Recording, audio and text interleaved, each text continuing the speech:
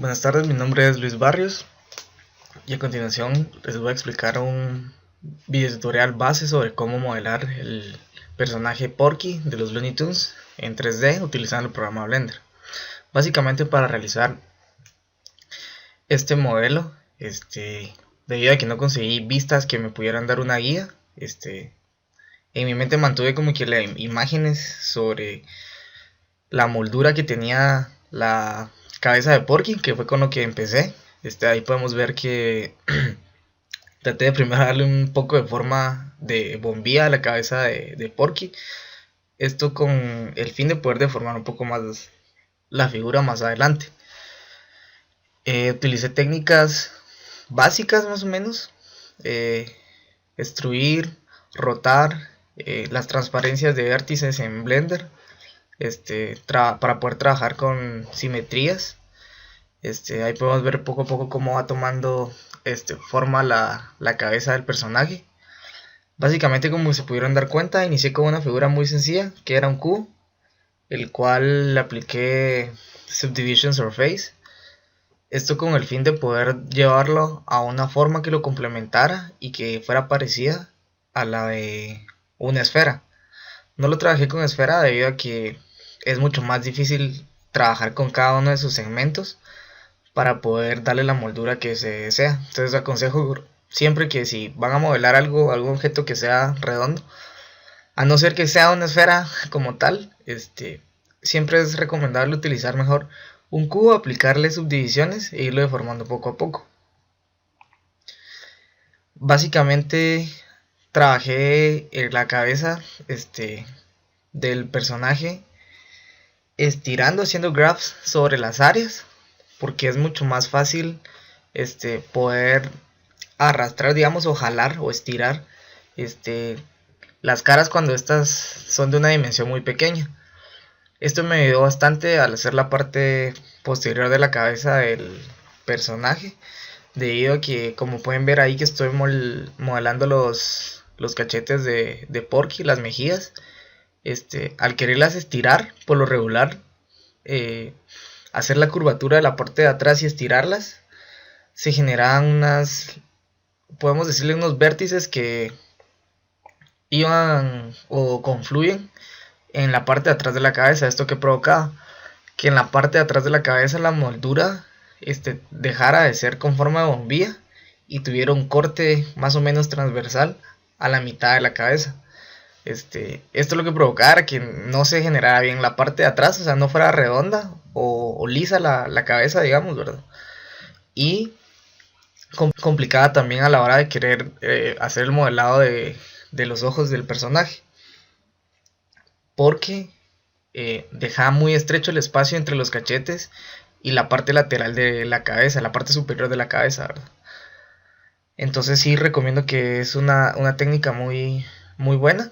Ya también cuando queremos hacer un poco más de detalle, recomendaría utilizar el graph, pero con vértices, ya que se puede ser mucho más minucioso trabajando con vértices. Y en caso alguno, si necesitáramos vértices en algún lugar donde no pasa ninguno por el momento, con el comando control R podemos agregar un radio más en la figura del personaje, ¿verdad?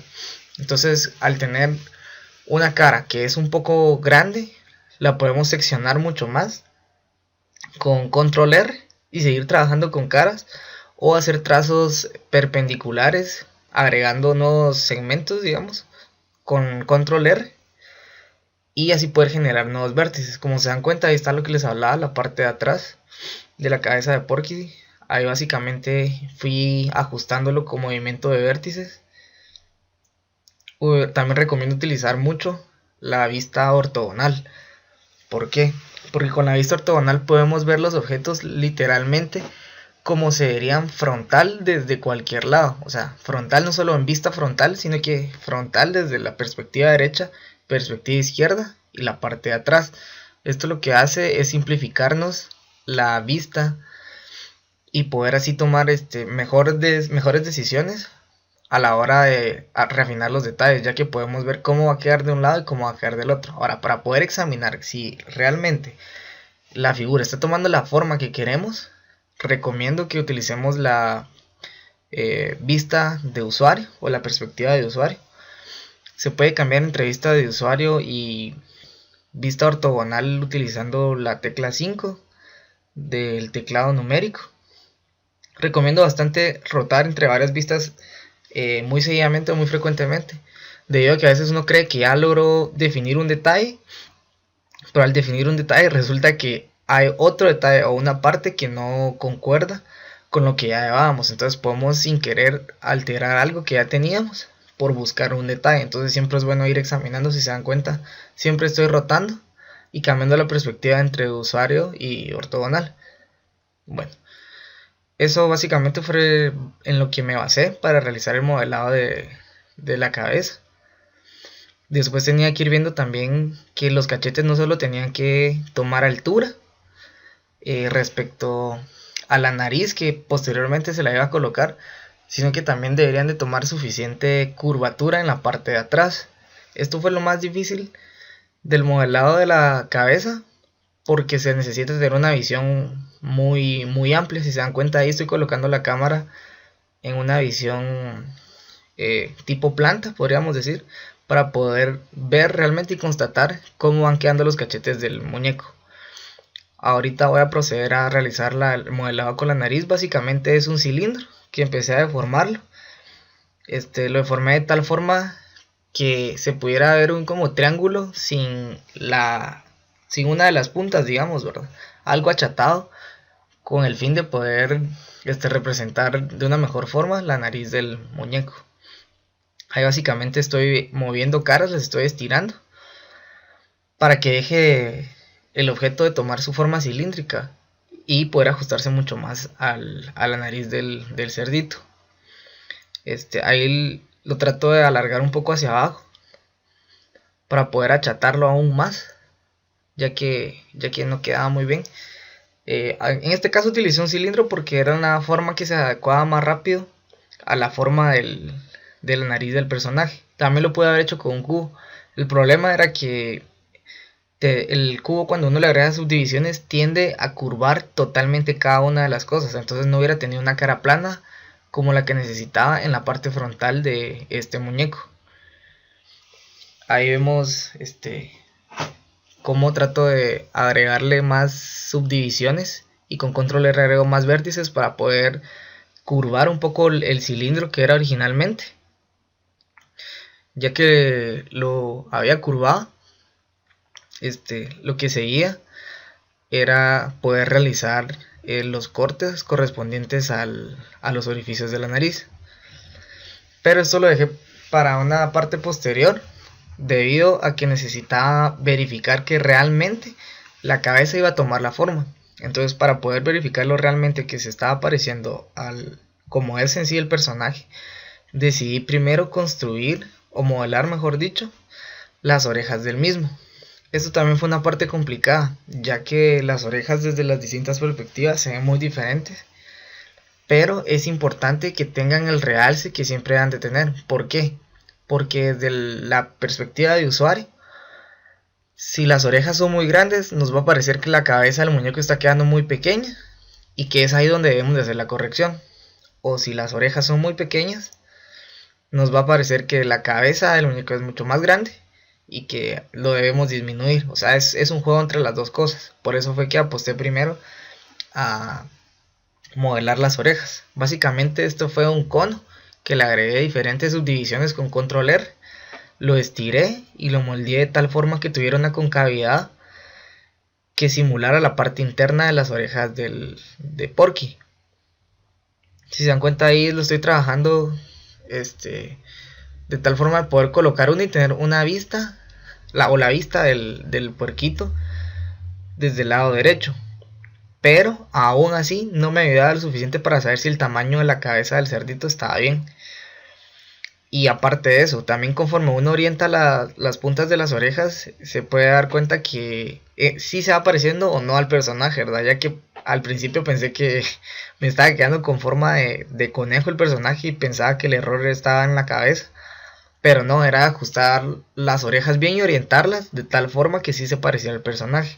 Lamentablemente, como no contaba con vistas del modelo, Muchas cosas las tuve que definir a mi criterio y posteriormente utilicé 4 imágenes de diferentes vistas, de diferentes versiones de Porky para poder hacer un merge entre ellas y poder tomar un criterio mucho más parecido y apegado al modelo real del personaje. Como se pueden dar cuenta, la primera oreja fue ubicada en la posición correcta y con la escalabilidad correcta. Entonces ahora me concentro más en afinar detalles. Al afinar detalles, ¿a qué me refiero? En que la concavidad de la oreja fuera la correcta, que no fuera ni muy grande ni que estuviera mal orientada, y ya procedí a colocarlas. Después de colocarlas, para poder trabajar sobre la realidad de la cabeza del personaje, decidí de una vez modelar los ojos. ¿Por qué? Porque al modelar los ojos, entonces ya sé si mi personaje está tomando las dimensiones adecuadas y la forma adecuada que se parezca a la realidad, ya que mientras no se tenga una cara totalmente detallada, si uno pasa a modelar el cuerpo, puede que también cause esa confusión de saber si está bien dimensionado el cuerpo o es la cabeza. Entonces es lo mejor, si uno va a hacer un personaje, yo aconsejo que primero la cabeza, después el cuerpo y de último las extremidades. Las extremidades me refiero a brazos y manos. Y si es posible, también trabajenlo por separado, ¿verdad? No que sea parte del mismo cubo o objeto inicial sobre el cual extruyan y deriven toda la forma del cuerpo. Ahí, como se podrán dar cuenta, estoy colocando los ojos del cerdito, y prácticamente estos se derivan de un cubo también que fue formado con subdivisiones. Ahí posteriormente ya utilicé una imagen de referencia para poder modelar la corbata o el corbatín del cerdito.